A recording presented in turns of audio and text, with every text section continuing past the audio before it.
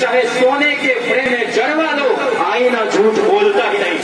इस देश के मुसलमानों ने, इस देश के अकलियतों ने, दलितों ने, आदिवासियों ने, पिछड़ों ने आईना दिखाने का काम किया। और शासन सत्ता में अगर लज्जा होती तो दुनिया का जो दो बड़ा फोरम है ग्लोबल, यूरोपियन यूनियन और यूनाइटेड नेशंस, इन दोनों ने इस बात पर अपना फिक्र जाहिर किया है कि हिंदुस्तान एक मजहब परस्त मुल्क की ओर तेजी से कदम बढ़ा रहा है। हमने तो सेकुलर मुल्क होने का वादा किया था ना। यह देश अगर वीरो गालिब, बशीर बद्र, मुनव्वर, राणा, वसीम बरेलवी ऐसे ऐसे लोगों का कली माजिश का अगर यह मुल्क है तो यह मुल्क आनंद नारायण मुल्ला, दयाशंकर नसीम, कृष्ण बिहारी नूर, विराट गोरखपुरी का भी उतना ही देश है। यह देश अगर दिनकर का है तो कली माजिश का भी है। यह देश अगर डीटी के दत्ता का है तो यह देश मेरे उस्ताद मोहतरम मसूद अहमद का भी। यह देश अगर यूसुफ खान विनीत कुमार का है तो भारत कुमार, मनोज कुमार का भी उतना ही है। यह देश अगर मीना कुमारी का, नरगिस का, सायरा बानो का है, यह देश वैजन की माला का भी, हेमा मालिनी का भी उतना ही है, नूतन का भी उतना ही है। यह देश अगर बिस्मिल्लाह खान का है तो पंडित रविशंकर का। यह देश अगर अली अमजद खान का है जो हरिप्रसाद चौरसिया का भी है। यही तो इस देश का ताना बाना है जिसको ये लोग छिन्न भिन्न करना चाहते हैं। यह मुल्क सोनिया गांधी का है तो गुलाम नबी आजाद का भी है। यह लालू यादव का देश है तो फुलवारी सिद्दीकी का भी है। यह अगर मुलायम सिंह यादव का है तो आजम खान का भी देश है।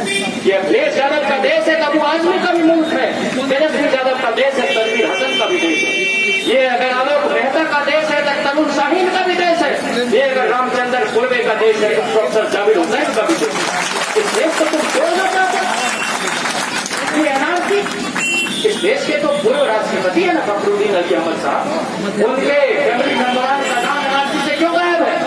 असम की साबिक वजीर सैयदा तैमूर के परिवार के सदस्यों का नाम क्यों गायब है? जब ऐसे ऐसे लोगों के अपने दोस्त का बाप परिवारजन का नाम नहीं है उस लिस्ट में, तो आम आवाम जो सामान्य जनसाधारण है उसकी क्या स्थिति होगी आप समझ कल्पना कर सकते हैं। इसलिए हम लोग चाहते हैं कि नेशनल रजिस्टर जो है पॉपुलेशन के वो ना हो। हम चाहते हैं कि बेरोजगारों की एक सूची को बढ़ाओ और उसको रोजगार देने के काम में तुम लगो। तुमको जनता ने इसलिए चुना। आज देखिए LIC का टैगलाइन होता था जिंदगी के साथ भी, जिंदगी के बाद भी, लेकिन LIC के एम्प्लॉइज को जबरन रिटायर कराया गया है। एयर इंडिया को बेचा गया है। रेलवे का लगातार प्राइवेटाइजेशन हो रहा है।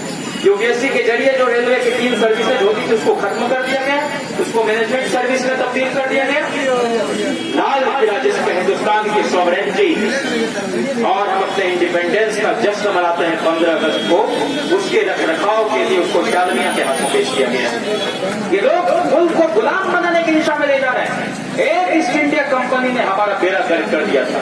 आज ये जियो यूनिवर्सिटी, उसको एक्सेलेंस का दर्जा मिला हुआ मैंने। जो बच्चा पैदा नहीं हुआ उसका नाम तेजस्वी ओजस्वी यशस्वी रख दिया गया। कहीं नहीं है, उसकी दरो दीवार नहीं, वो यूनिवर्सिटी सिर्फ कागज पर है। ये खेल चल रहा है। कभी किसी लोकतांत्रिक देश का चुना हुआ प्रधानमंत्री किसी प्राइवेट कंपनी का प्रचार करेगा? यह विशुद्ध प्रचार मंत्री है। आरएसएस के प्रचारक के सिवा इस आदमी की और आज भी कोई भूमिका नहीं है, न कोई और नई भूमिका में आने कोई आदमी तैयार है। तो इसलिए जो दिल्ली में खेल हुआ है, हम लोग एक बात को लेकर बड़ा सावधान रहे।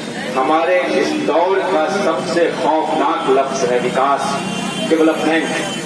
कहीं कोई कहता है कि विकास कर रहे हैं तो मेरा तो दिमाग एकदम सन्न पड़ जाता है। पता नहीं किसको मार देगा, किसको पीट देगा, किसकी जमीन कहां हड़प लेगा। अरे शेख हसीना साहिबा के साथ एक करार हुआ बिजली उत्पादन के लिए। प्लांट मैंने ऑस्ट्रेलिया में भी उसका विरोध आ रहा है अडानी का, कोयले के खदान के मामले में। और प्लांट लगाएगा कहां? जो विभाजित बिहार का जिला था गोड्डा, और गोड्डा में जो आदिवासी भाई बहन माए थी पैर पकड़ रही है लिटरली अडानी के उन तमाम कारकुनों का।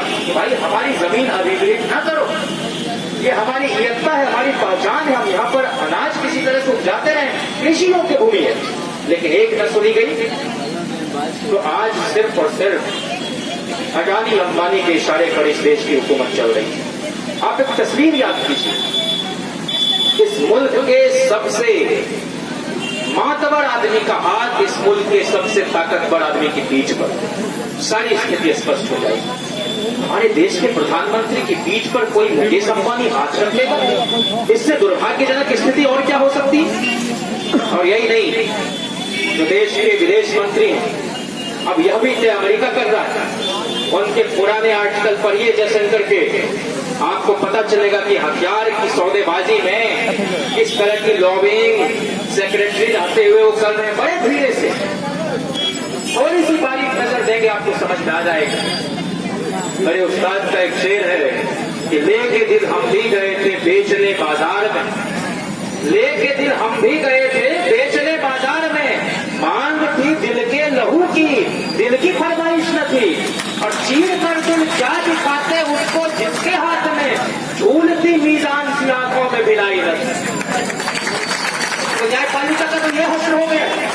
उसका संदेश ये है भाई, आंख में पट्टी इसलिए कानून के बंधी हुई है कि पक्षपात न करे, लेकिन उसके हाथ में मीजान भी तो है तराजू कि पगड़ा संतुलित रहे, इंसाफ और जुल्मत के खिलाफ के बीच में एक फर्क तो दिखे, लेकिन नहीं हो रहा। इसलिए आप सब, हम सब हिंदुस्तान में आज इकट्ठे होकर अगर आवाज बुलंद कर रहे हैं तो लोकतंत्र इसी से बचेगा।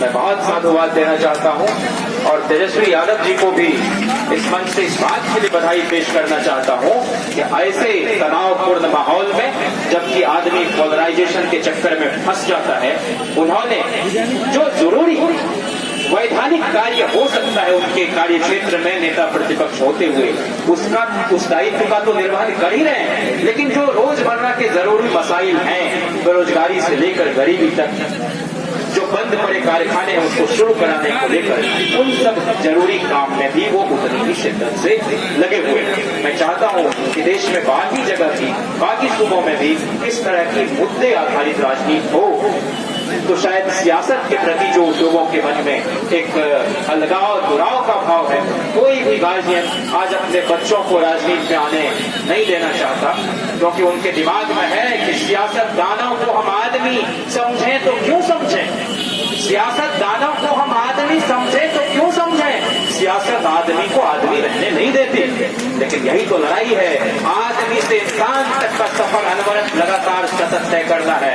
तो गालिब कहते थे है कि दुश्वार हर काम का आसान होना, आदमी को भी मयस्सर नहीं इंसान होना, हमको इंसान बनना है। लालू प्रसाद ने यही काम किया है, जो उन्होंने दंगाइयों की फौज नहीं खड़ी की है, बल्कि संजीदा नागरिकों की एक जमात तैयार की है, जो आग नहीं लगाता बल्कि आग बुझाने के काम में लगा रहता है। हमें बहुत फख्र है बिहार की इस रिवायत पर, मजहरुल हक की इस धरती पर जो आंदोलन चल रहा है, इसी से कोई नई दिशा और दशा तय होगी।